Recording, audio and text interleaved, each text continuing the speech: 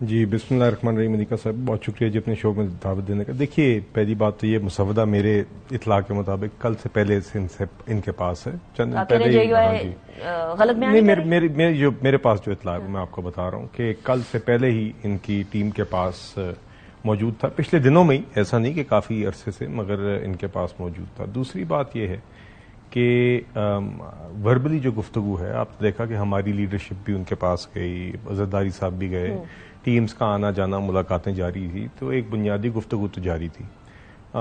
میرا خیال ہے جی شاید ایک امید تھی کہ شاید یہ معاملات کل سے پہلے ہی طے پا گئے ہوں اور کل اس کو ایک حتمی شکل امید کا مگر گزارش ہے کہ دیکھیے اگر نہیں بھی ہے اور اگر مولانا صاحب سمجھتے ہیں کہ اس پہ مزید گفتگو ہونی چاہیے تو اس میں بھی کوئی حرج نہیں ہے. لیکن مجھے بتائیے گا, یہ جو امید تھی کہ مولانا صاحب سے بات ہو گئی ہو, یہ امید ہے, یہ امید آپ نے کس سے لگائی ہوئی تھی؟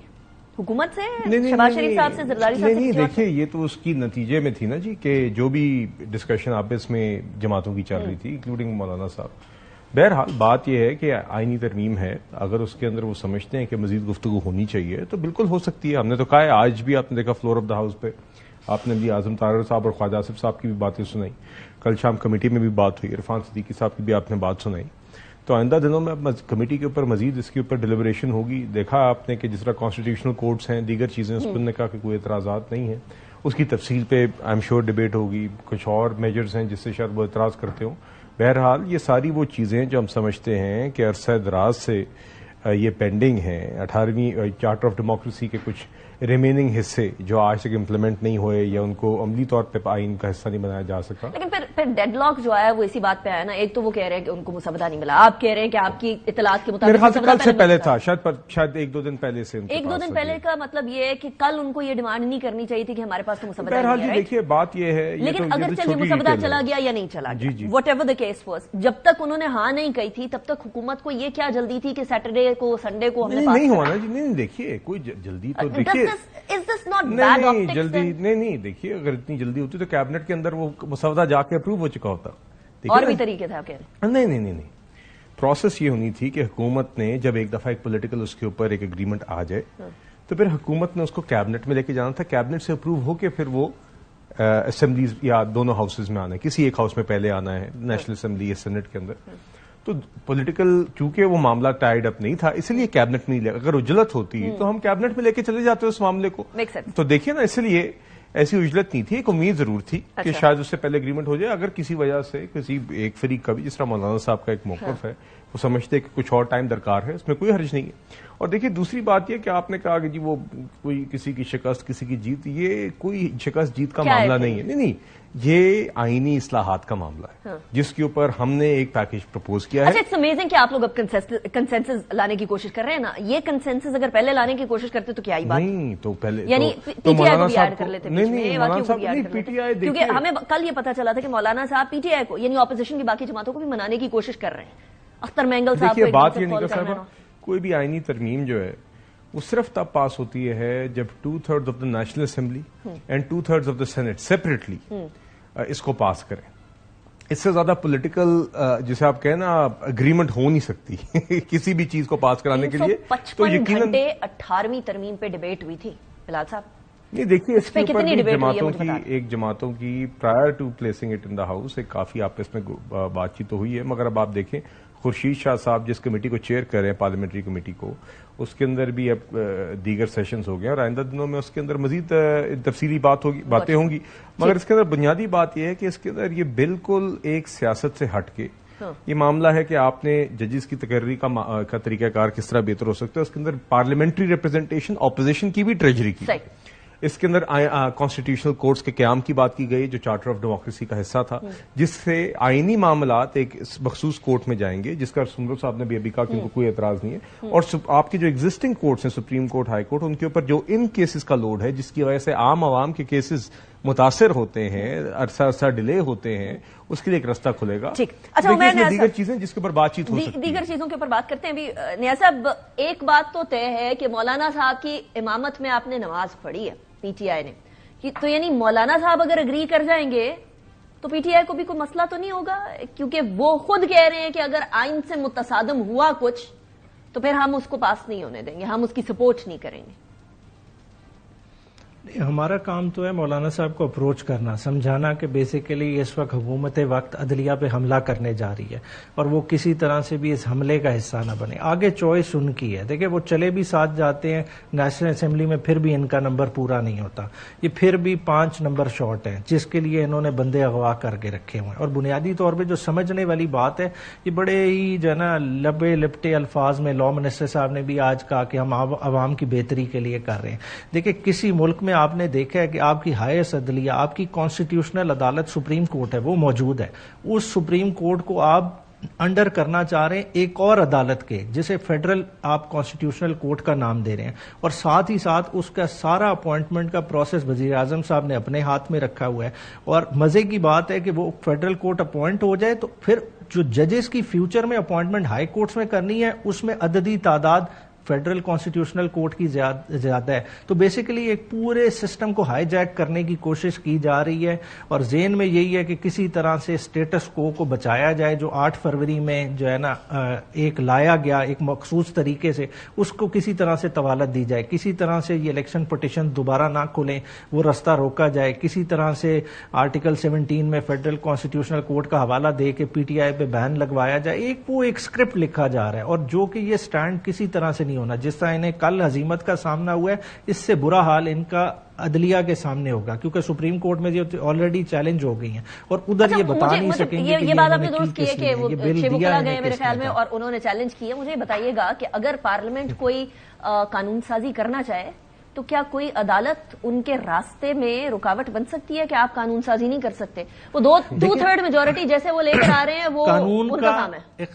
جی بیسیکلی اختیار ہونا قانون سازی کا ایک اور چیز ہے، مگر اس اختیار کو کلرفل ایکسرسائز کرنا ایک دوسرے ادارے پہ حملہ کرنے، سمجھنے کی بات ہے. عدلیہ کو ان کا ذیلی ادارہ نہیں ہے، عدلیہ کوئی محکمہ زراعت نہیں ہے جس کا سیکٹری انہوں نے لگانا ہے. دیکھیں انہوں نے چیف جسٹس آف پاکستان کی اپوائنٹمنٹ کی بات کر رہے ہیں، ہم ججز کی اپوائنٹمنٹ کی بات کر رہے ہیں. یہ کوئی فیڈرل سیکٹری نہیں اپوائنٹ ہو رہا جس کے لیے جو ہے نا آپ اتنا ہی جو ہے نا ایک ارریشنل سا طریقہ کار بنا لیں کانسٹیٹیوشنل اسکیم کہ وہ آپ کا ماتحت ہو جائے اور اس کے ذریعے میرا کوشچن میں ریپیٹ کر ڈکٹیشن دے. میں یہ پوچھنا چاہ رہی ہوں کہ قانونی طور پر کیا عدالت پارلیمنٹ کو یہ منع کر سکتی ہے کہ آپ کوئی آئینی ترمیم نہیں کر سکتے؟ کوئی ایسی چیز ہے؟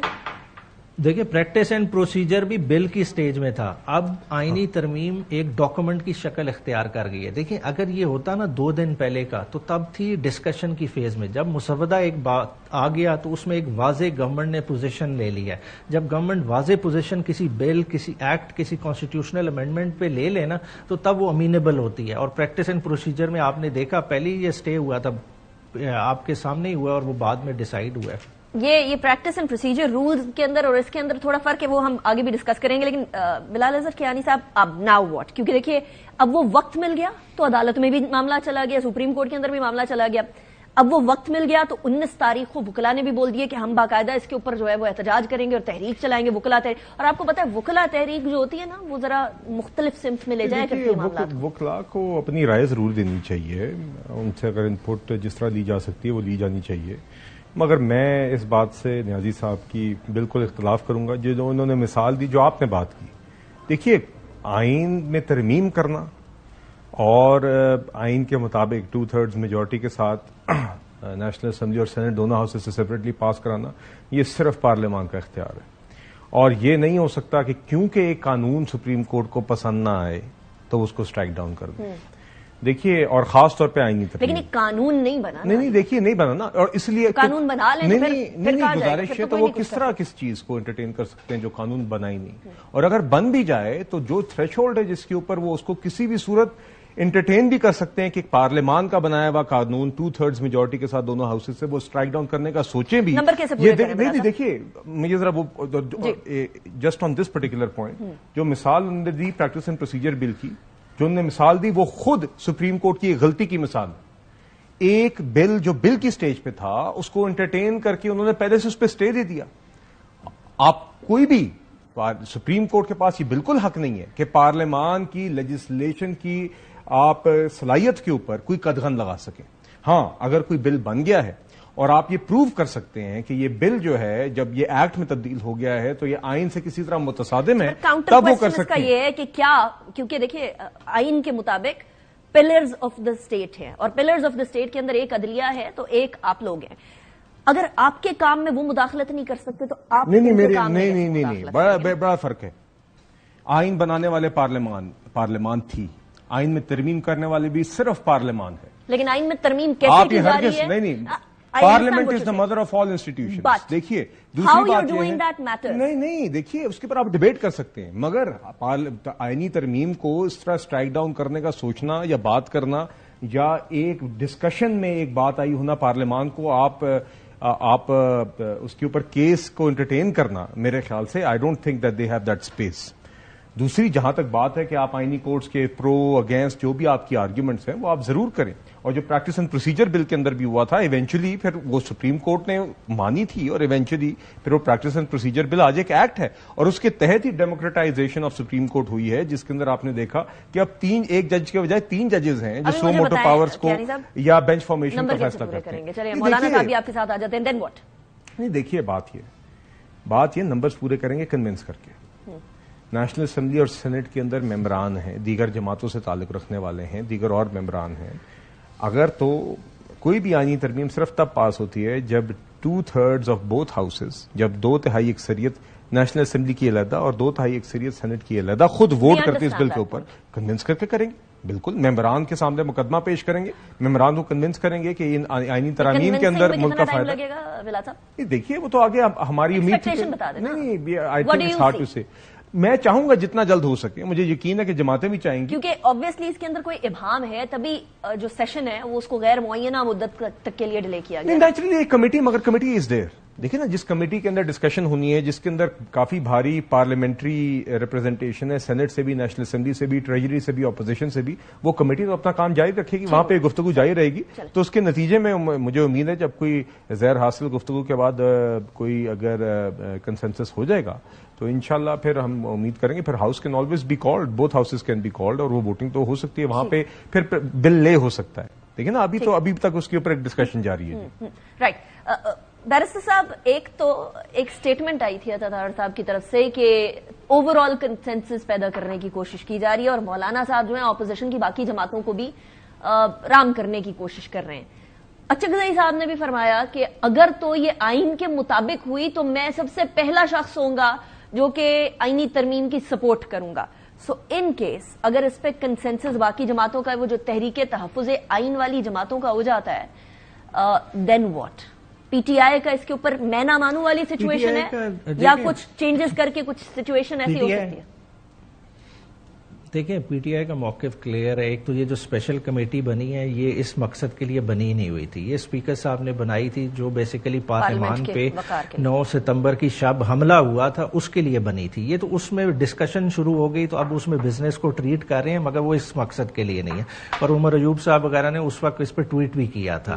سیکنڈلی دیکھیں ہم کسی صورت بھی کسی بھی امینڈمنٹ کا، کانسٹیٹیوشنل امینڈمنٹ کا اس وقت حصہ نہیں ہو سکتے۔ وہ کیوں نہیں ہو سکتے؟ ہم اس میں کیس سپریم کورٹ میں لے کے اسی بنیاد پہ گئے ہیں کہ یہ فارم 47 کی پارلیمنٹ ہے، ہماری الیکشن پٹیشن ابھی تک نہیں ڈیسائیڈ ہوئی، 180 ڈیز کی ٹائم لائن لیپس کر گئی ہے جو کہ قانونی مینڈیٹ تھا، اس میں 80+ پٹیشنز ہے، 80+ اس وقت اسٹرینجر ان دا ہاؤس بیٹھے ہیں، جب تک وہ نہیں ڈیسائیڈ ہوتا ان کے پاس کوئی اختیار نہیں۔ سیکنڈلی سپریم کورٹ ایک واضح فیصلہ دے چکی ہے ریزرو سیٹ کے معاملے میں، اس کو بھی امپلیمنٹ نہیں کیا جا رہا، واضح احکامات آ گئے کہ ای سی پی جو ہے نا ڈیلے کر رہا ہے، مگر پھر بھی نہیں کر رہے۔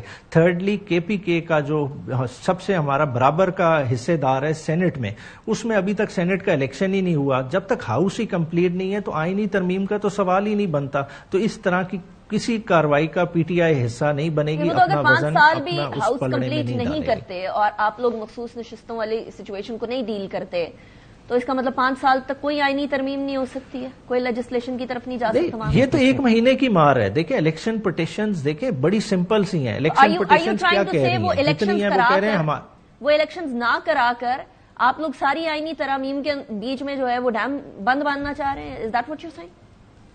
نہیں یہ نہیں، دیکھیں فارم 45 موجود ہے ہمارے پاس، اگر 3 ڈیسائیڈ ہونے جا رہی تھی اسلام آباد ہائی کورٹ کی، جس میں انہوں نے فارم 45 دینے تھے. وہ کیا حرج تھا؟ ججز وہیں کیلکولیشن ہونی تھی، ایک دن میں پتہ چل جاتا وہ 3 بندے آؤٹ سائڈ ہے، 3 بندے آج باہر چلے جائیں، آج ان کے غبارے سے ہوا نکل جاتی ہے.